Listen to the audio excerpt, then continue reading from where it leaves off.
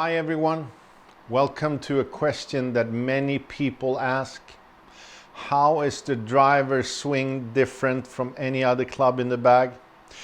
Even though I think that maybe a wedge is the most important golf club, the driver is the most fun golf club to hit.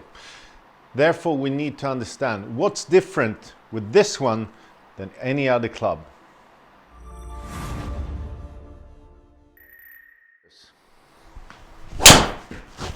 My brain knows that I cannot treat this club the same as any other club in the bag. Number one, it's the longest club in your bag. Oh, maybe if you have these silly long putters, that's not correct, but otherwise it's the longest club in your bag. That means that the club is doing the biggest circle of all the clubs. It has the longest way from being back here to the ball. The longest way because the circle is the biggest one. It means that going from straight at setup to the end of the backswing, that's the longest way. Going back, it means the same. This club needs to go furthest of all clubs to be straight at impact. If you need to go further, you need to start earlier. Did you get that one? If you try to use the same swing as maybe a 7-iron, you will probably slice the ball because it's not the same hitting a driver. It takes a long time for the driver to become straight at impact. If you hold on too long, the club will be open. Therefore, you need to release the club much earlier than any other club in the bag. So this is the longest club, takes the longest time to become straight at impact. Secondly, it's the biggest club head. It's the biggest club head. You have more air resistance with this club than any other club in the bag. Which means if you swing fast, the club gets hit by the air and it's trying to stay open. Everyone who slices the ball knows that it's not going to close by itself. A pitching wedge might feel like that, but a driver won't. Again, we can correct that by releasing early enough so it's actually impossible for the driver to stay open.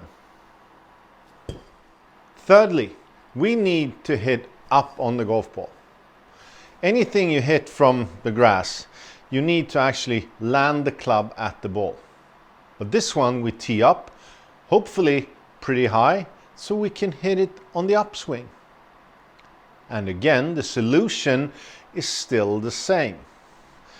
If I hold on too long, the club will go down through the golf ball.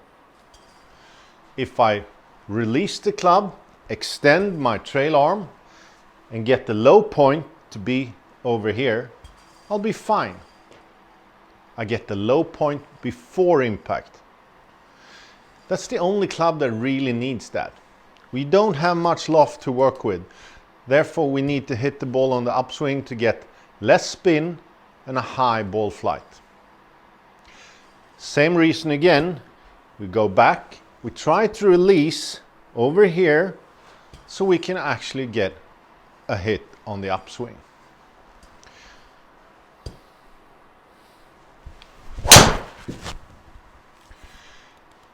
If I try to do that, I need also to understand why people tell you probably to stay behind the ball. I hear that all the time. But how do we stay behind the ball? Because the finish is high. If we hit up on the ball, we are going to finish high.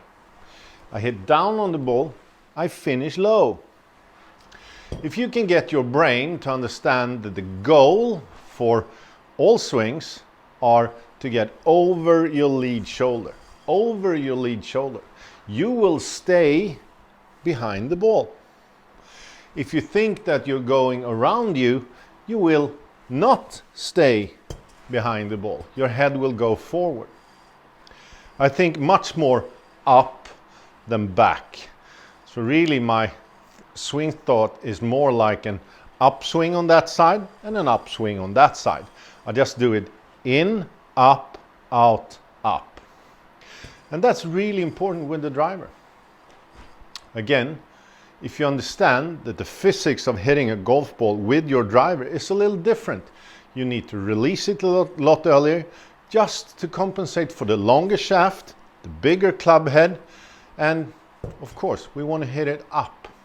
So you need to find the low point before the ball. Then we can probably hit it pretty good. Let's land one on 300 yards.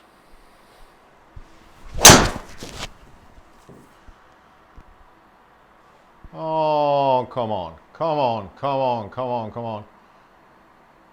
Actually, I think it landed on 300 yards.